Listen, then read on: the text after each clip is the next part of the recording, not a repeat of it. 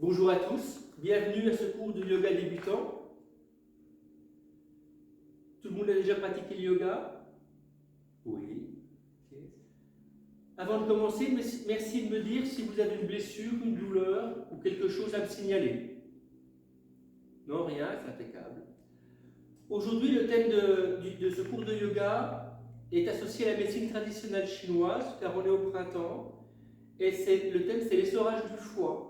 En médecine traditionnelle chinoise, le foie est censé accumuler tout ce qui est tristesse, frustration, anxiété.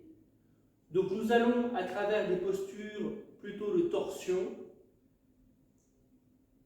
expandre le foie, le comprimer, ainsi de suite plusieurs fois, pour le libérer de ses ressassements. Des questions? Si une posture est trop intense, je vais toujours proposer une solution douce.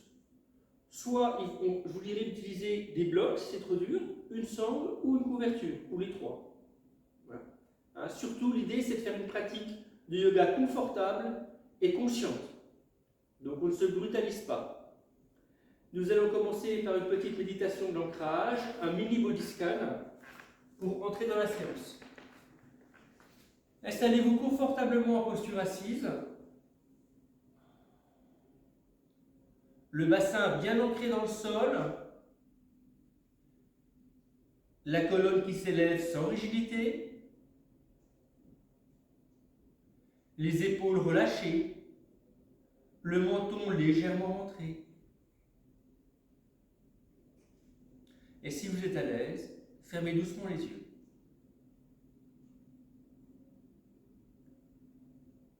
Prenez un instant pour sentir les points de contact de votre bassin sur le sol. Le poids du corps. La stabilité.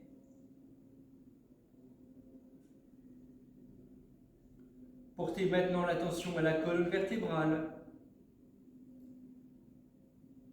Sentez la verticalité. Le sommet du crâne qui s'élève naturellement vers le ciel.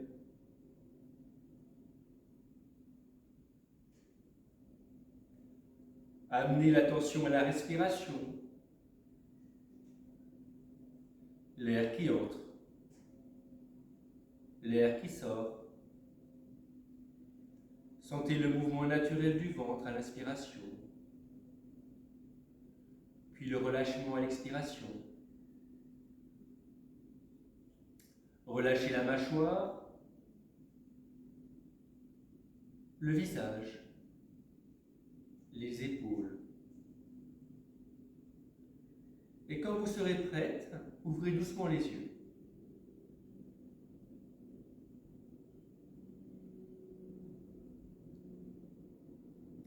Nous allons commencer par un kriya, le kriya Merudanda. Je vous rappelle qu'en yoga, on inspire par le nez, on expire par le nez. D'accord? Pas par la bouche. Pour ce kriya Merudanda, on va mettre les mains sur les épaules, les doigts à l'avant, les pouces à l'arrière du dos. Les bras horizontales. Le principe, on tourne à gauche sur une inspiration. Le regard suit les épaules. On expire sur la droite. On inspire, on expire. On y va ensemble? Allez. On est prêt? Allez. On inspire, on va à gauche. On expire, on va à droite. Allez. C'est bien.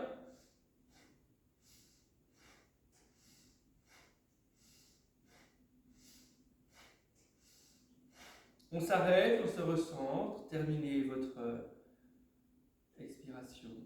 Nous allons faire compléter un petit peu pour réveiller la zone du foie, puisque c'est le thème du cours. Et donc nous allons faire une inspiration, une expiration, et quand on sera là, après l'expiration, on fait de nouveau une inspiration. Et sur l'expiration, on pose son ventre, le flanc droit, sur la cuisse droite. Ça marche? On y va tranquillement. Allez, on y va. On inspire. On expire. ici. On aspire, on se pose sur la cuisse droite sur l'expiration. On recommence.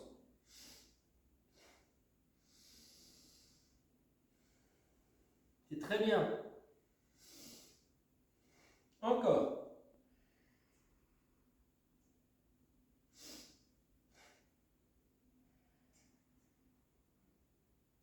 Dernière. On se recentre. On pose ses mains. On écoute son corps, les sensations qui remontent.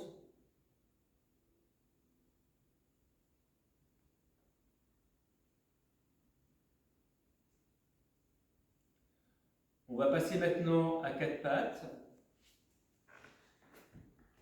Alors, les mains sous les épaules, les genoux sous les hanches. Et la largeur des genoux, largeur des hanches.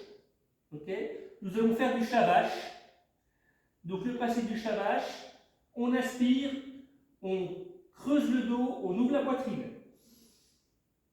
On expire, on arrondit le dos, on baisse la tête, le regard vers le nombril, et le nombril qui essaie d'aller vers la colonne vertébrale. Allez, on fait 5-6 shavash, on inspire, on expire. Allez, on y va. C'est bien tous.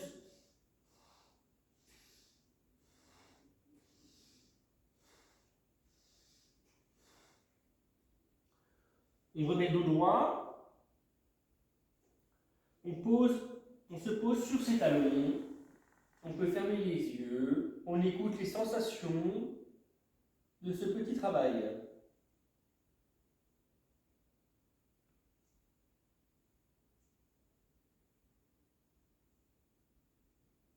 Nous nous remettons à quatre pattes. Nous allons faire une petite torsion. Donc toujours le même principe, hein. Les mains sous les épaules, les genoux sous les hanches. Sur une inspiration, on lève la main gauche. On passe la main gauche sous l'épaule droite. Pas besoin de faire de grandes amplitudes, hein. Pour ceux qui ont des difficultés, on peut poser la main au sol. Voilà, c'est une petite torsion. On sent le dos qui s'étire, hein, dans la torsion. De nouveau, on inspire et on repose la main. Et ensuite, on fait l'autre main. On y va pour 5. Allez, on inspire, main gauche, on lève la main gauche, on glisse la main gauche sous l'épaule droite. On inspire par le nez, on expire par le nez, on repose la main gauche. De nouveau, on inspire par le nez, main droite. On expire par le nez, on envoie la main droite sous l'épaule gauche.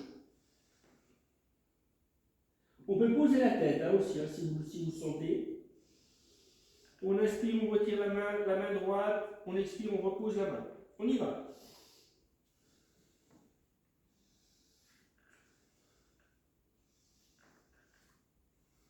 C'est bien.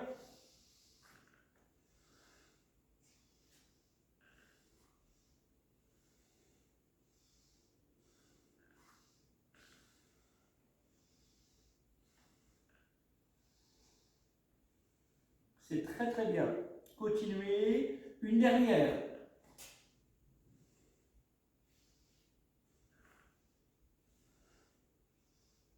On s'arrête, dos droit.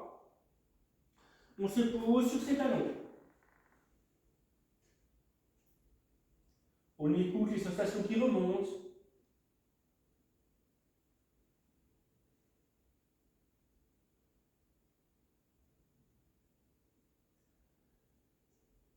Nous allons passer à la posture suivante. Pour la posture suivante, nous pouvons utiliser la couverture. Si vous avez les genoux sensibles, n'hésitez pas à mettre une couverture sous les genoux. On peut mettre les blocs de chaque côté aussi, si on veut pour les mains. On va faire une fente basse, très légère. Okay. Donc on va mettre son pied droit à côté de ses mains. On peut mettre des briques si on veut pour poser ses mains. C'est trop bas. Bon, c'est au choix. Comme vous le sentez. Toujours dans une posture confortable. Hein. La cheville alignée sur le genou. On peut tirer un petit peu le genou un petit peu en arrière pour avoir un petit peu une extension du psoas. On doit sentir que ça tire un petit peu, c'est pas obligatoire, mais un petit peu, ça fait du bien. Donc, l'idée de cette posture, c'est on va inspirer, on va allonger la colonne vertébrale, dos droit, tête droite, regard devant. À l'inspiration, on revient. On le fait 5 fois. Allez. On inspire, on lève la colonne vertébrale, le regard est droit devant, la colonne est allongée. On expire. De nouveau. Encore. Agnès, avance ton pied un petit peu, ton pied droit, s'il te plaît. Oui, merci.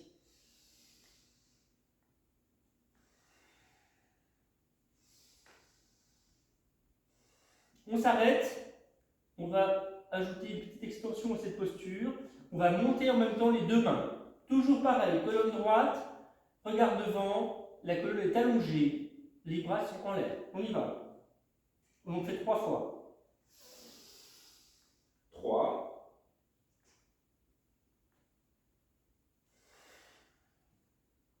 Encore. On inspire, on monte les mains au ciel. La colonne est bien droite, le regard devant. On expire. 2. Une dernière. Toujours colonne allongée, bien droite. On est bien sur les appuis du pied. On a bien les sensations. On expire. Ben, c'est très bien. Allez, on ramène le pied droit vers le genou gauche. On met le pied gauche entre les deux mains. On fait la même chose. Là, on monte que la colonne sur une inspiration. La tête bien droite. 5 fois. Le regard est devant, la colonne est bien droite, bien allongée. On est bien sur nos appuis. Très bien. On expire. Encore.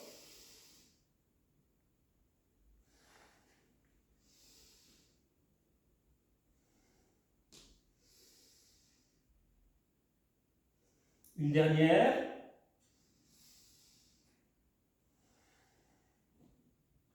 De nouveau, on fait la même chose 3 fois en montant les mains. Colonne bien droite, regard devant. On inspire. On monte les mains. C'est bien. C'est bien, bien, bien. Le regard devant, on expire. 3. Encore. 2. 1. On expire, on pose les mains sur les blocs. On ramène le pied vers les genoux. On s'assoit sur ses talons. On écoute les sensations qui remontent.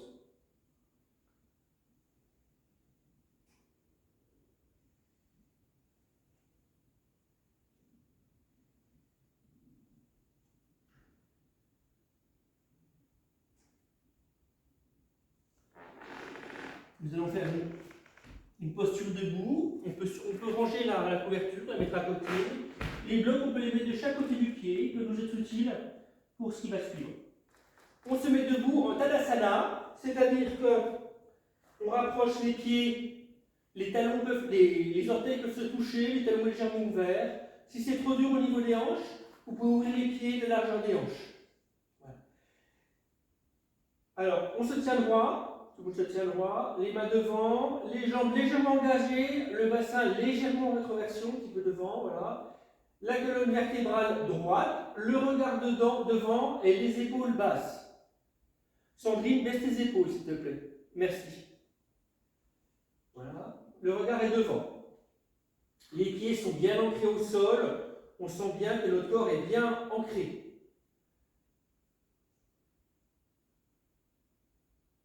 Sur une inspiration, on va lever les mains en l'air, au-dessus. Et le regard suit les mains. Urdhva Uttanasana.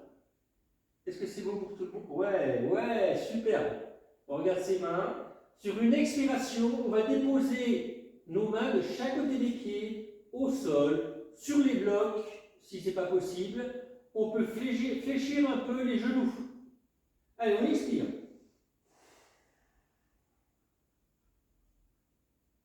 C'est bien. Tu peux fléchir, hein, Agnès. Fléchir un peu tes jambes. Maintenant, le regard au sol. Donc on relâche tout, hein. On relâche la colonne, la nuque dans cette posture. Maintenant, on va faire un Ardha Uttanasana, c'est-à-dire qu'on va faire une demi-pince. On inspire une inspiration, on inspire demi-pince. Dos droit, regard devant, au sol bien sûr. Les doigts des mains peuvent être posés sur le sol, ou on peut mettre les mains sur les tibias, si c'est trop difficile. Par contre, les genoux sont droits. C'est bien tout le monde. C'est bien. De nouveau, on va tout relâcher, la colonne, la nuque, sur une expiration pour revenir en Uttanasana. On libère tout, la colonne est relâchée, la nuque est relâchée, les mains sont sur les blocs ou au sol, les genoux peuvent être pliés. Sur une inspiration, on va se redresser, dérouler la colonne vertébrale vertèbre par vertèbre, cervicale et tête en dernier. On inspire, on déroule tout doucement. Tout doucement, prenez votre temps. On se retrouve droit en Tadasana. On va continuer la dernière posture. On va faire une inspiration. On va monter les mains au ciel. Prêt? On inspire. On monte les mains au ciel. Le regard suit les mains. C'est bon pour tout le monde. Magnifique. Les mains se rejoignent. Et en prière, sur une expiration, on les descend au niveau du cœur.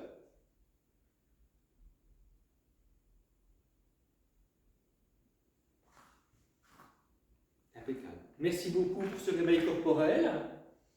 On va poursuivre sur la vidéo suivante, sur la série Vinyasa, avec le thème Essorage du foie. Merci beaucoup.